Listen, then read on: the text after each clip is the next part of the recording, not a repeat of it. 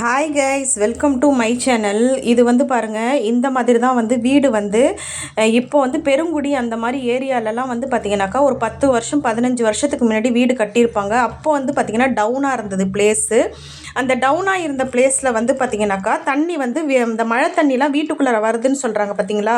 அந்த மாதிரி டவுனாக இருக்கும்போது வீட்டுக்குள்ளே வந்துடும். அதுக்கு தான் வந்து பார்த்திங்கனாக்கா இப்போ வந்து பெருங்குடியில் நிறைய வீடுகள் வந்து இந்த மாதிரி தான் பண்ணுறாங்க. ஜாக்கி போட்டு மேலே தூக்குவாங்க. இந்த வீடு வந்து பாருங்கள் 5 அடி வரைக்கும் ஏற்றிருக்காங்க. இந்த மாதிரிலாம் ஜாக்கி வந்து பாருங்கள், ஜாக்கி வந்து எப்படி போட்டு தூக்கியிருக்காங்கன்னு பாருங்கள். ஃபுல் ஹோல் வீடுமே அந்த மாதிரி தூக்குவாங்க. மேலே வந்து குடுத்தனம் நடத்துகிறவங்க ஃபஸ்ட் ஃப்ளோரில் ஆள் இருக்க தான் செய்கிறாங்க.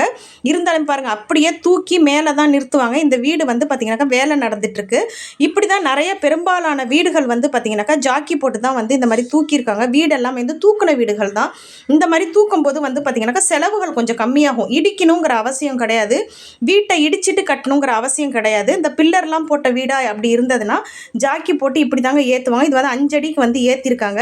இதுக்கு வந்து பார்த்திங்கன்னா அடி கணக்குக்கு வந்து அமௌண்ட்டு போட்டு வாங்கிக்கிறாங்க. நான் கேட்டப்போ அவங்க என்ன சொன்னாங்கன்னா, அடிக்கு வந்து 300 ரூபா 200 ரூபா அந்த மாதிரி தான் வாங்குறாங்களாம். இது வந்து பார்த்திங்கனாக்கா நம்ம ஜாக்கி போட்டு ஏற்றும் போது நம்ம இடிச்சிட்டு கட்டுறதை விட செலவுகள் வந்து ஓரளவுக்கு கம்மியாக தான் ஆகுங்கிறதுனால இங்கே இந்த மாதிரி தான் வந்து இப்போ வந்து தூக்குறாங்க, வீட்டை வந்து தூக்குறாங்க மேலே.